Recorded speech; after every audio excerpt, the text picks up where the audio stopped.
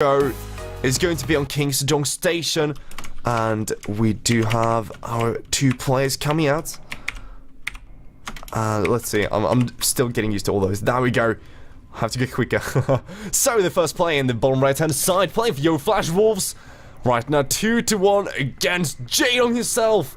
It is going to be the Taiwanese player Ian. And his opponent in the top left hand side right now, one game away from disaster, but maybe 2 games away from even more of that wonderful prize money. It is going to be Evil Genius's Jaedong. And wow, I can't believe actually that we did see Jaedong going down that game. I can't believe he actually went for that build. The thing is, it's one of those builds that it seems to be working real well in Korean ladder. It seems to be working really well in I think it's like on the ladder and in like code A or the or in code B.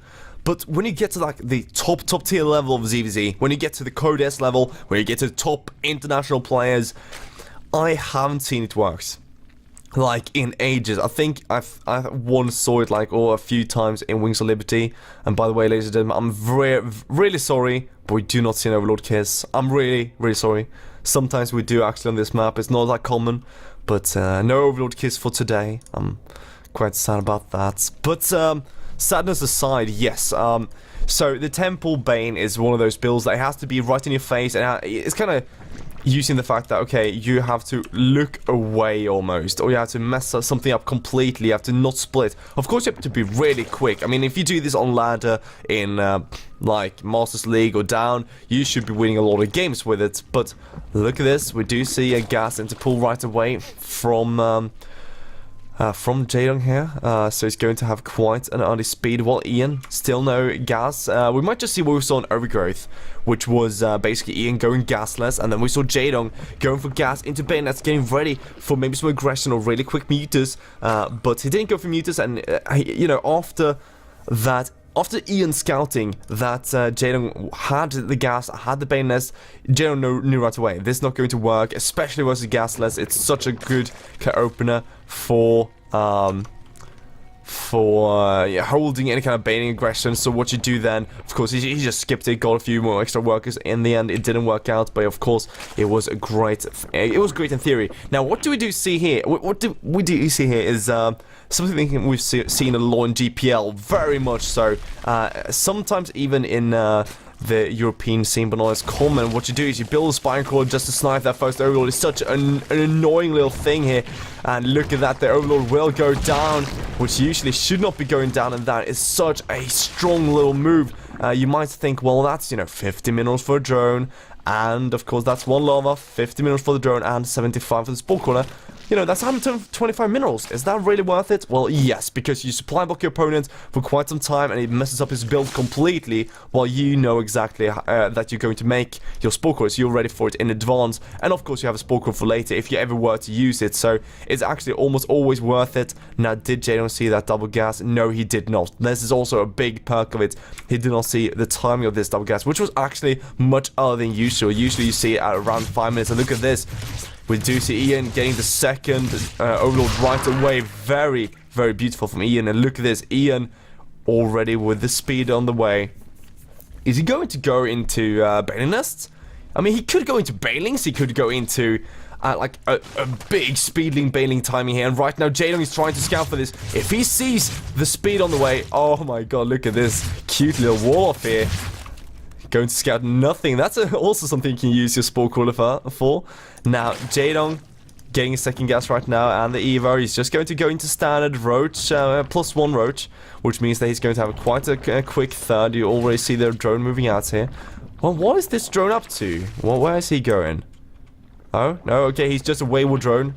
He's just running around. He's going to go back to his home.